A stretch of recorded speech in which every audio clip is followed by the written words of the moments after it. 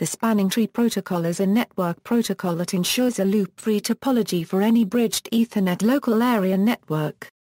The basic function of STP is to prevent bridge loops and the broadcast radiation that results from them.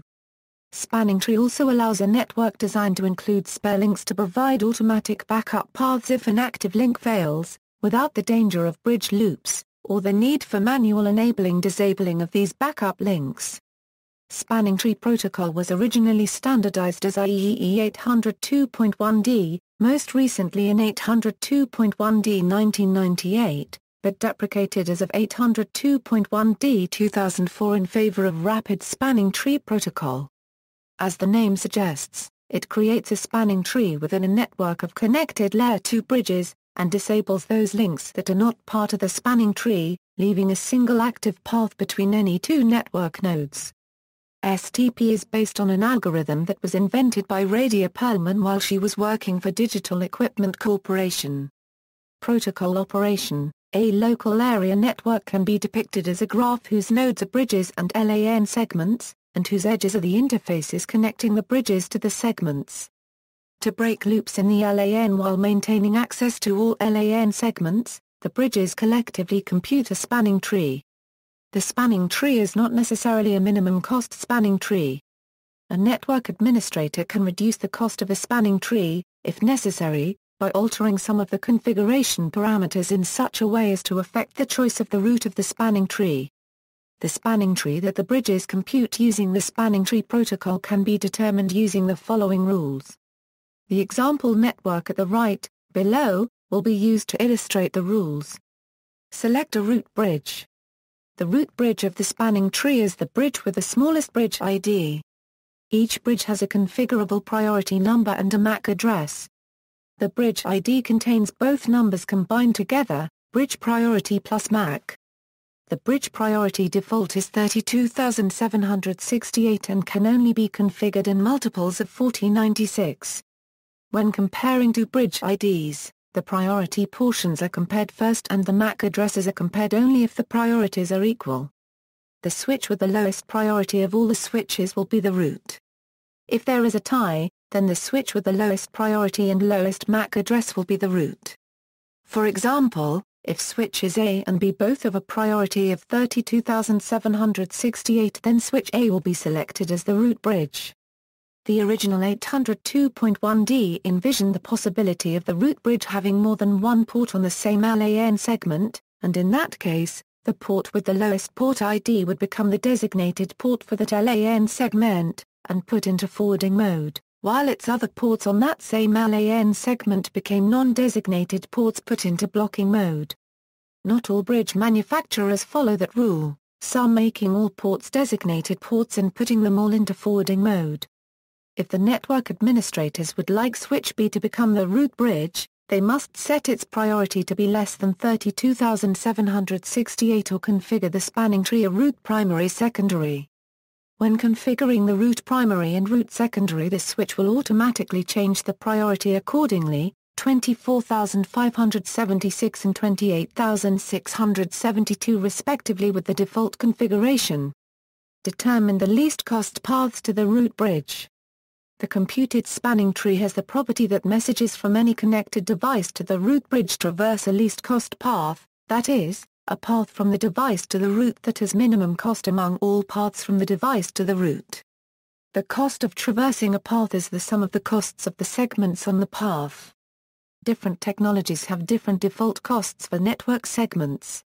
An administrator can configure the cost of traversing a particular network segment. The property that messages always traverse least cost paths to the root is guaranteed by the following two rules. Least cost path from each bridge. After the root bridge has been chosen, each bridge determines the cost of each possible path from itself to the root. From these, it picks one with the smallest cost. The port connecting to that path becomes the root port of the bridge. Least cost path from each network segment. The bridges on a network segment collectively determine which bridge has the least cost path from the network segment to the root. The port connecting this bridge to the network segment is then the designated port for the segment. Disable all other root paths. Any active port that is not a root port or a designated port is a block port. Modifications in case of ties. The above rules oversimplify the situation slightly, because it is possible that there are ties. For example, the root bridge may have two or more ports on the same LAN segment, two or more ports on a single bridge are attached to least cost paths to the root, or two or more bridges on the same network segment have equal least cost paths to the root. To break such ties, breaking ties for root ports. When multiple paths from a bridge are least cost paths, the chosen path uses the neighbor bridge with the lower bridge ID. The root port is thus the one connecting to the bridge with the lowest bridge ID. For example, in Figure 3, if switch 4 was connected to network segment D instead of segment F, there would be two paths of length 2 to the root, one path going through bridge 24 and the other through bridge 92. Because there are two least cost paths, the lower bridge ID would be used as the tiebreaker in choosing which path to use. Breaking ties for designated ports. When the root bridge has more than one port on a single LAN segment, the bridge ID is effectively tied, as are all root path costs. The designated port then becomes the port on that LAN segment with the lowest port ID. It's put into forwarding mode while all other ports on the root bridge on that same LAN segment become non-designated ports and are put into blocking mode. Not all bridge switch manufacturers follow this rule, instead making all root bridge ports designated ports, and putting them all in forwarding mode. A final tiebreaker is required as noted in the section The Final Tiebreaker. When more than one bridge on a segment leads to a least cost path to the root, the bridge with the lower bridge ID is used to forward messages to the root. The port attaching that bridge to the network segment is the designated port for the segment. In Figure 4, there are two least cost paths from network segment D to the root, one going through bridge 24 and the other through bridge 92. The lower bridge ID is 24, so the tiebreaker dictates that the designated port is the port through which network segment D is connected to bridge 24. If bridge IDs were equal, then the bridge with the lowest MAC address would have the designated port. In either case, the loser sets the port as being blocked. The final tiebreaker. In some cases, there may still be a tie, as when the root bridge has multiple active ports on the same LAN segment with equally low root path costs and bridge IDs, or, in other cases, multiple bridges are connected by multiple cables and multiple ports. In each case, a single bridge may have multiple candidates for its root port. In these cases, candidates for the root port have already received BPDUs offering equally low root path costs and equally low bridge IDs, and the final tiebreaker goes to the port that received the lowest port priority ID, or port ID. In summary, the sequence of events to determine the best received BPDU is, lowest root bridge ID, determines the root bridge, lowest cost to the root bridge, favors the upstream switch with the least cost to root, lowest sender bridge ID, serves as a tiebreaker if multiple upstream switches have equal cost to root, lowest sender port ID, serves as a tiebreaker if a switch has multiple links to a single upstream switch, where bridge ID equals priority plus locally assigned system ID extension plus ID, MAC address. The default bridge priority is 32,768, and port ID equals priority plus ID. The default port priority is 128. Data rate and STP path cost. The table below shows the default cost of an interface for a given data rate. Bridge protocol data units. The above rules describe one way of determining what spanning tree will be computed by the algorithm, but the rules as written require knowledge of the entire network. The bridges have to determine the root bridge and compute the port roles with only the information that they have.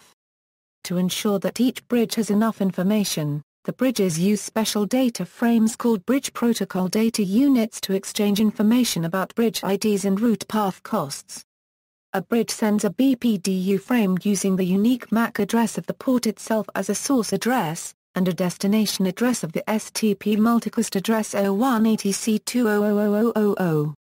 There are two types of BPDUs in the original STP specification. Extension uses a specific Rstp BPDU, configuration BPDU, used for spanning tree computation, Topology Change Notification BPDU, used to announce changes in the network topology. BPDUs are exchanged regularly and enable switches to keep track of network changes and to start and stop forwarding at ports as required. When a device is first attached to a switch port, it will not immediately start to forward data. It will instead go through a number of states while it processes BPDUs and determines the topology of the network. When a host is attached, such as a computer, printer or server, the port will always go into the forwarding state, albeit after a delay of about 30 seconds while it goes through the listening and learning states. The time spent in the listening and learning states is determined by a value known as the forward delay. However, if instead another switch is connected, the port may remain in blocking mode if it is determined that it would cause a loop in the network. Topology Change Notification BPDUs are used to inform other switches of port changes. TCNs are injected into the network by a non-root switch and propagated to the root. Upon receipt of the TCN, the root switch will set a topology change flag in its normal BPDUs. This flag is propagated to all other switches to instruct them to rapidly age out their forwarding table entries. STP switch port states, blocking, a port that would cause a switching loop if it were active. No user data is sent or received over a blocking port, but it may go into forwarding mode if the other links in use fail and the spanning tree algorithm determines the port may transition to the forwarding state. BPDU data is still received in blocking state. Prevents the use of looped paths. Listening, the switch processes BPDUs and awaits possible new information that would cause it to return to the blocking state. It does not populate the MAC address table and it does not forward frames. Learning, while the port does not yet forward frames, it does learn source addresses from frames received and adds them to the filtering database. It populates the MAC address table, but does not forward frames. Forwarding, a port receiving and sending data, normal operation. STP still monitors incoming BPDUs that would indicate it should return to the blocking state to prevent a loop. Disabled, not strictly part of STP, a network administrator can manually disable a port, to prevent the delay when connecting hosts to a switch, and during some topology changes, Rapid STP was developed, which allows a switch port to rapidly transition into the forwarding state during these situations. Bridge Protocol Data Unit Fields, IEEE 802.1d and IEEE 802.1 AC BPDUs have the following format. 1. Protocol ID, 2 bytes, 2. Version ID, 1 byte, 3. BPDU type, 1 byte, 4. Flags, 1 byte, bits usage, 10 or 1 for topology change, 20 or 1 for proposal in RSTSPT BPDU, 3 to 400 or 01 for port roll alternate backup in RSTSPT BPDU, 10 for port roll route in RSTSPT BPDU, 11 for port roll designated in RSTSPT BPDU, 50 or 1 for learning in RSTSPT BPDU, 60 or 1 for forwarding in RSTSPT BPDU, 70 or 1 for agreement in RSTSPT BPDU, 80 or 1 for topology change acknowledgement, 5. Route ID 8 bytes, bits usage, 1 to 4 route bridge priority, 5 to 16 route bridge system ID extension, 17 to 64, route bridge MAC address, 6. Route path cost, 4 bytes, 7 bridge ID, 8 bytes, bits usage, 1 to 4 bridge priority, 5 to 16 bridge system ID extension, 17 to 64, bridge MAC address, 8. Port ID 2 bytes, 9. Message age, 2 bytes and January 256 secs, 10. Max age, 2 bytes and January 256 secs, 11. Hello time, 2 bytes and January 256 secs, 12. Forward delay, 2 bytes and January 256 secs, 13 version 1 length, 1 byte, 14 version 3 length, 2 bytes. The TCN BPDU includes fields 1 to 3 only. System ID extension, the bridge ID, or BID, is a field inside a BPDU packet. It is 8 bytes in length. The first 2 bytes are the bridge priority, an unsigned integer of 0 to 65,535. The last 6 bytes are a MAC address supplied by the bridge. Prior to IEEE 802.1d 2004, the first 2 bytes gave a 16-bit bridge priority. Since IEEE 802.1d 2004, the first 4 bits are a configurable priority, and the last 12 bits carry the bridge system ID extension. In the case of MST, the bridge system ID extension carries the MSTP instance number. Some vendors set the bridge system ID extension to carry a VLAN ID allowing a different spanning tree per VLAN, such as Cisco's PVST. Evolutions and extensions. The first spanning tree protocol was invented in 1985 at the Digital Equipment Corporation by Radia Perlman. In 1990, the IEEE published the first standard for the protocol as 802.1d, based on the algorithm designed by Perlman. Subsequent versions were published in 1998 and 2004, incorporating various extensions. Although the purpose of a standard is to promote interworking of equipment from different vendors, different implementations of a standard are not guaranteed to work, due for example to differences in default timer settings. The IEEE encourages vendors to provide a protocol implementation conformance statement, declaring which capabilities and options have been implemented, to help users determine whether different implementations will interwork correctly. Also, the original Perlman-inspired spanning tree protocol, called DECSTP, is not a standard and differs from the IEEE version in message format as well as timer settings. Some bridges implement both the IEEE and the DEC versions of the spanning tree protocol, but their interworking can create issues for the network administrator, as illustrated by the problem discussed in an online Cisco document. Rapid Spanning Tree Protocol. In 2001, the IEEE introduced Rapid Spanning Tree Protocol as 802.1w. Rstp provides significantly faster spanning tree convergence after a topology change, introducing new convergence behaviors and Bridgeport roles to do this. Rstp was designed to be backwards compatible with standard STP.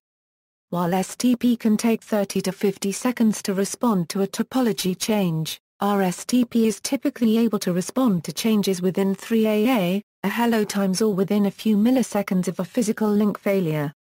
The so-called hello time is an important and configurable time interval that is used by Rstp for several purposes. Its default value is 2 seconds. Standard IEEE 802.1d 2004 incorporates Rstp and obsoletes the original STP standard. Rapid Spanning Tree Operation. Rstp adds new Bridgeport roles in order to speed convergence following a link failure. The number of states a port can be in has been reduced to 3 instead of STP's original 5. Rstp Bridgeport roles. Route. A forwarding port that is the best port from non-route bridge to route bridge. Designated, a forwarding port for every LAN segment. Alternate, an alternate path to the route bridge. This path is different from using the route port. Backup, a backup redundant path to a segment where another bridge port already connects. Disabled, not strictly part of STP, a network administrator can manually disable a port. Rstp switch port states, discarding, no user data is sent over the port. Learning, the port is not forwarding frames yet, but is populating its MAC address table. Forwarding, the port is fully operational. Detection of route switch failure is done in 3 hello times, which is 6 seconds if the default hello times have not been changed. Ports may be configured as edge ports if they are attached to a LAN that has no other bridges attached. These edge ports transition directly to the forwarding state. Rstp still continues to monitor the port for BPDUs in case a bridge is connected. Rstp can also be configured to automatically detect edge ports. As soon as the bridge detects a BPDU coming to an edge port, the port becomes a non-edge port. Rstp calls the connection between 2 or more switches as a link-type connection. A port that operates in full duplex mode is assumed to be point-to-point link, whereas a half-duplex port is considered a shared port by default. This automatic link type setting can be overridden by explicit configuration. Rstp improves convergence on point-to-point links by reducing the max age time to 3 times hello interval, removing the STP listening state, and exchanging a handshake between two switches to quickly transition the port to forwarding state. Rstp does not do anything differently from STP on shared links. Unlike an STP, Rstp will respond to BPDUs sent from the direction of the root bridge. An Rstp bridge will propose its spanning tree information to its designated ports. If another Rstp bridge receives this information and determines this is the superior route information, it sets all its other ports to discarding. The bridge may send an agreement to the first bridge confirming its superior spanning tree information. The first bridge, upon receiving this agreement, knows it can rapidly transition that port to the forwarding state bypassing the traditional listening-learning state transition. This essentially creates a cascading effect away from the root bridge where each designated bridge proposes to its neighbors to determine if it can make a rapid transition. This is one of the major elements that allows Rstp to achieve faster convergence times than STP. As discussed in the port role details above, Rstp maintains backup details regarding the discarding status of ports. This avoids timeouts if the current forwarding ports were to fail or BPDUs were not received on the root port in a certain interval. Rstp will revert to legacy STP on an interface if a legacy version of an STP BPDU is detected on that port. Per VLAN spanning tree and per VLAN spanning tree plus, in Ethernet switched environments where multiple virtual LANs exist, it is often desirable to create multiple spanning trees so that traffic from different VLANs uses different links. Cisco's proprietary versions of spanning tree protocol, per VLAN spanning tree and per VLAN spanning tree plus, create a separate spanning tree for each VLAN. Both PVST and PVST plus protocols are Cisco proprietary protocols, and few switches from other vendors support them. Some devices from Force 10 Networks, Alcatel-Lucent, Extreme Networks, Avaya, and Blade Network Technologies support PVST+. Extreme Networks does so with two limitations: lack of support on ports where the VLAN is untagged native, and also on the VLAN with ID1. PVST works only with ISL due to its embedded spanning tree ID. This is the default protocol on Cisco switches that support ISL. Due to high penetration of the IEEE 802.1q VLAN trunking standard and PVST's dependence on ISL, Cisco defined an additional PVST Plus standard that is compatible with 802.1q encapsulation. This became the default protocol for Cisco switches when Cisco discontinued and removed ISL support from its switches. PVST Plus can tunnel across an MSTP region. Rapid per VLAN spanning tree, this is Cisco's proprietary version of Rapid Spanning Tree Protocol. It creates a spanning tree for each VLAN, just like PVST. Cisco refers to this as Rapid per VLAN spanning tree. VLAN spanning tree protocol, in Juniper Networks environment, if compatibility to Cisco's proprietary PVST protocol is required, VLAN spanning tree protocol can be configured. VSTP maintains a separate spanning tree instance for each VLAN configured in the switch. The VSTP protocol is only supported by the X and MX series from Juniper Networks. There are two restrictions to the compatibility of VSTP. VSTP supports only 253 different spanning tree topologies. If there are more than 253 VLANs, it is recommended to configure Rstp in addition to VSTP, and VLANs beyond 253 will be handled by Rstp. MVRP does not support VSTP. If this protocol is in use, VLAN membership for trunk interfaces must be statically configured. 1. By default, VSTP uses the Rstp protocol as its core spanning tree protocol, but usage of STP can be forced if the network includes old bridges. 2. For more information about configuring VSTP on Juniper Networks switches, see the official documentation Understanding VSTP. Multiple spanning tree protocol. The multiple spanning tree protocol, originally defined in IEEE 802.1 and later merged into IEEE 802.1 Q 2005, defines an extension to Rstp to further develop the usefulness of virtual LANs. This per VLAN multiple spanning tree protocol configures a separate spanning tree for each VLAN group and blocks all but one of the possible alternate paths within each spanning tree. If there is only one virtual LAN in the network, single STP works appropriately. If the network contains more than one VLAN, the logical network configured by single STP would work, but it is possible to make better use of the alternate paths available by using an alternate spanning tree for different VLANs or groups of VLANs. MSTP allows formation of MST regions that can run multiple MST instances. Multiple regions and other STP bridges are interconnected using one single common spanning tree. MSTP is similar to Cisco Systems' multiple instances spanning tree protocol, and is an evolution of the spanning tree protocol and the rapid spanning tree protocol.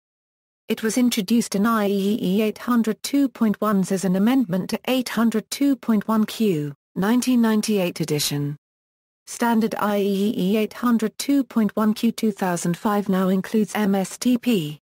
Unlike some proprietary per VLAN spanning tree implementations, MSTP includes all of his spanning tree information in a single BPDU format.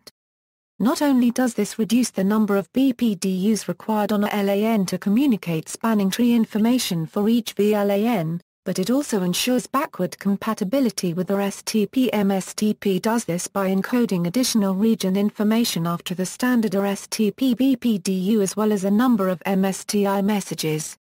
Each of these MSTI configuration messages conveys the spanning tree information for each instance. Each instance can be assigned a number of configured VLANs, and frames assigned to these VLANs operate in this spanning tree instance whenever they are inside the MST region. In order to avoid conveying their entire VLAN to spanning tree mapping in each BPDU, bridges encode an MD5 digest of their VLAN to instance table in the MSTP BPDU. This digest is then used by other MSTP bridges, along with other administratively configured values, to determine if the neighboring bridge is in the same MST region as itself. MSTP is fully compatible with Rstp bridges, in that an MSTP BPDU can be interpreted by an Rstp bridge as an Rstp BPDU. This not only allows compatibility with Rstp bridges without configuration changes, but also causes any Rstp bridges outside of an MSTP region to see the region as a single Rstp bridge, regardless of the number of MSTP bridges inside the region itself. In order to further facilitate this view of an MST region as a single Rstp bridge, the MSTP protocol uses a variable known as remaining hops as a time-to-live counter instead of the message age timer used by Rstp. The message age time is only incremented once when spanning tree information enters an MST region, and therefore Rstp bridges will see a region as only one hop in the spanning tree. Ports at the edge of an MST region connected to either an Rstp or STP bridge or an endpoint are known as boundary ports.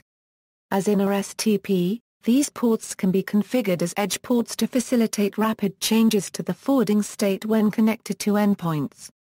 Shortest path bridging. The IEEE approved the IEEE 802.1 ACK standard May 2012, also known and documented in most books as shortest path bridging. SPB allows all links to be active through multiple equal-cost paths, and provides much larger Layer 2 topologies, faster convergence, and improves the use of the mesh topologies through increased bandwidth between all devices by allowing traffic to load share across all paths on a mesh network.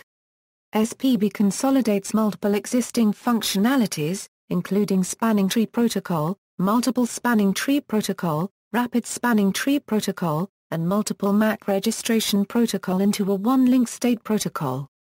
SPB is designed to virtually eliminate human error during configuration and preserves the plug-and-play nature that established Ethernet as the de facto protocol at Layer 2.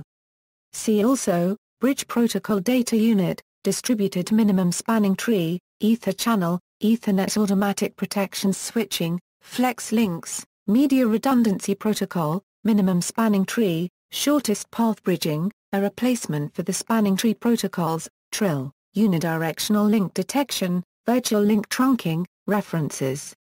External links, Cisco homepage for the spanning tree protocol family, educational explanation of STP www.cisco.com, STP article in the Rstp includes a sample PCAP file of captured STP traffic. Perlman, Radia. Algorithm. University of California at Berkeley. Archived from the original on July 19, 2011. Retrieved September 1, 2011. IEEE Standards, ANSI IEEE 802.1d 2004 Standard, Section 17 discusses Rstp, ANSI IEEE 802.1q 2005 Standard, Section 13 discusses MSTP.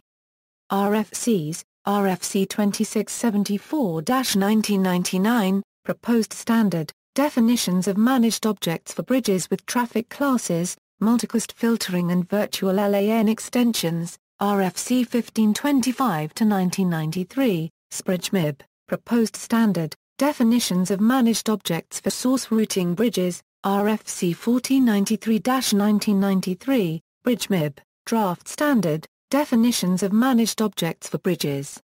Spanning Tree Direct versus Indirect Link Failures, CCIE Study.